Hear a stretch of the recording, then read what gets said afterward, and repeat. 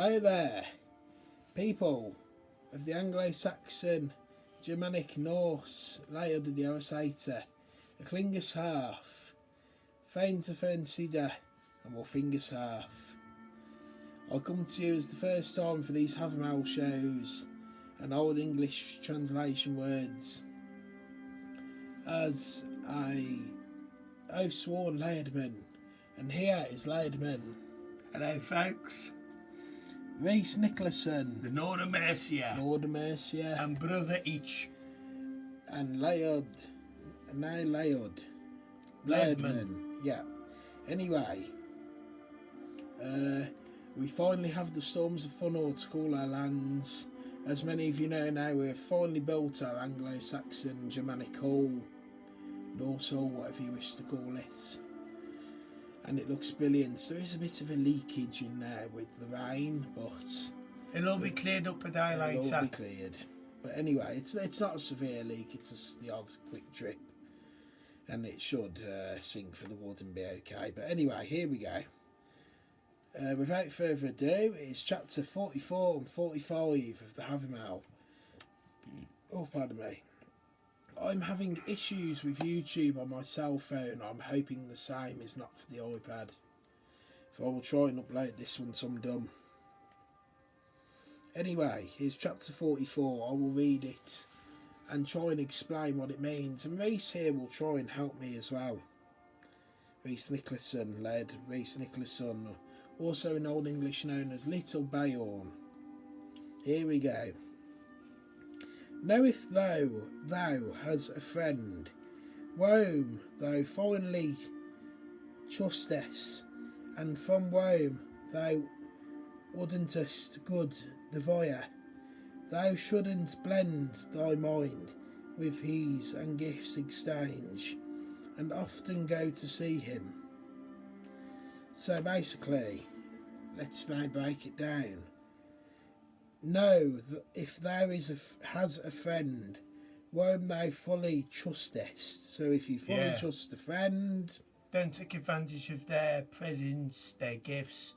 Yeah. Or even if in today's situations, they could drive a car. Like for example, me and my brother, we go about travelling with a friend. He drives us about places. You know, we'll give him the odd bit of petrol money, but we wouldn't expect him to.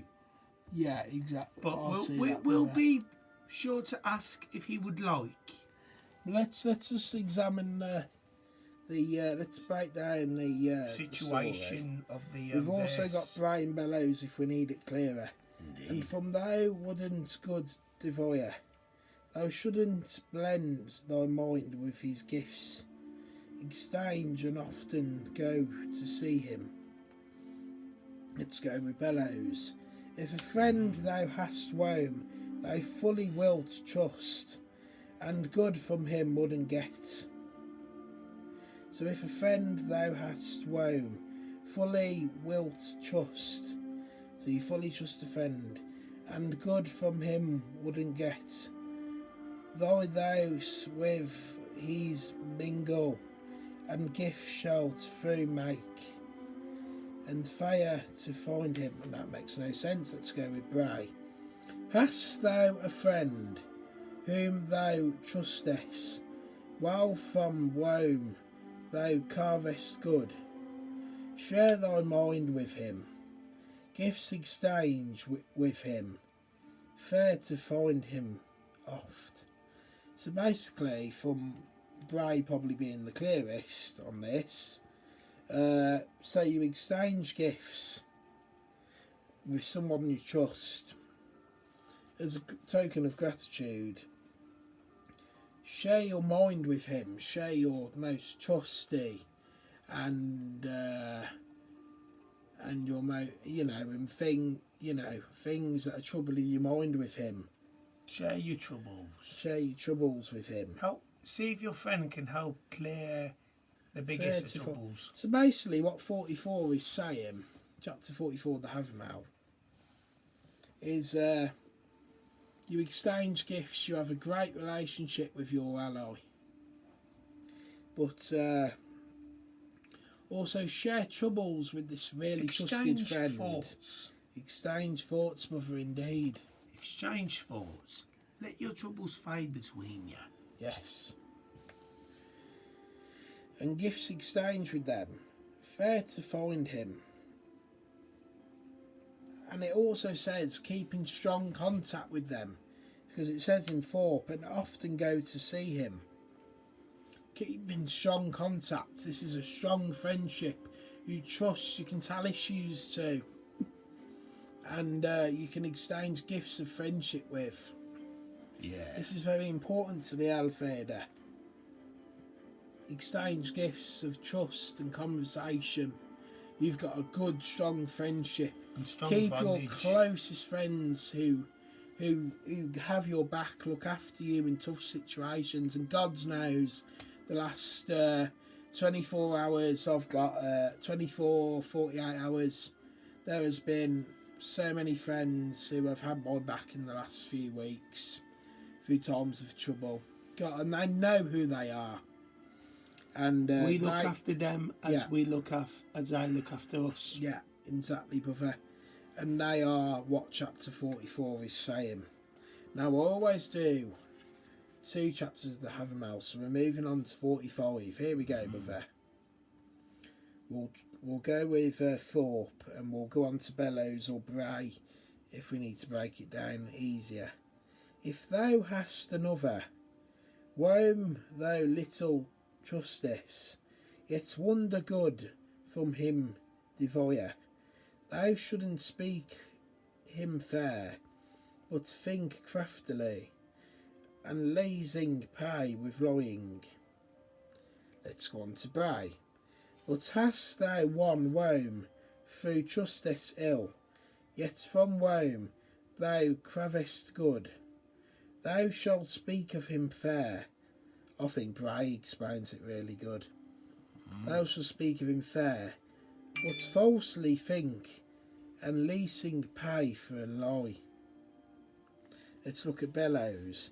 If another thou hast whom thou hardly wilt trust, yet good from him wouldest get, thou shalt speak of him fair, but falsely think, and fraud false hope acquire. I think I get what this one is saying. I'm just going to read it again from Bray. But I've had a few beers tonight, I will admit, so I've got to break this down carefully and set my mind to it.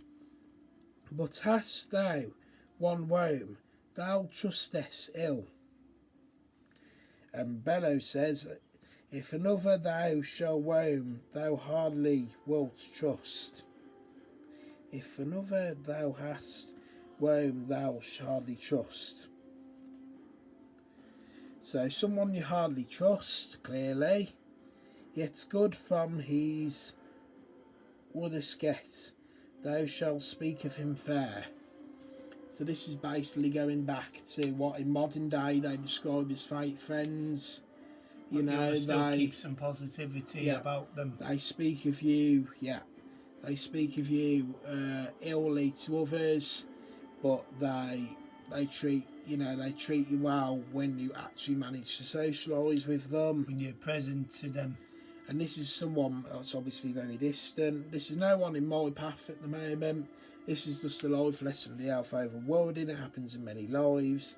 Yet good from him wouldn't get, thou shalt speak of him fair. But falsely think, and falsehood require.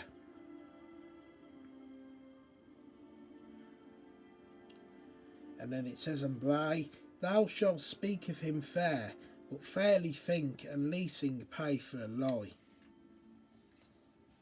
It's basically going in, this, actually I'm going to note this down on my notes for, hold on.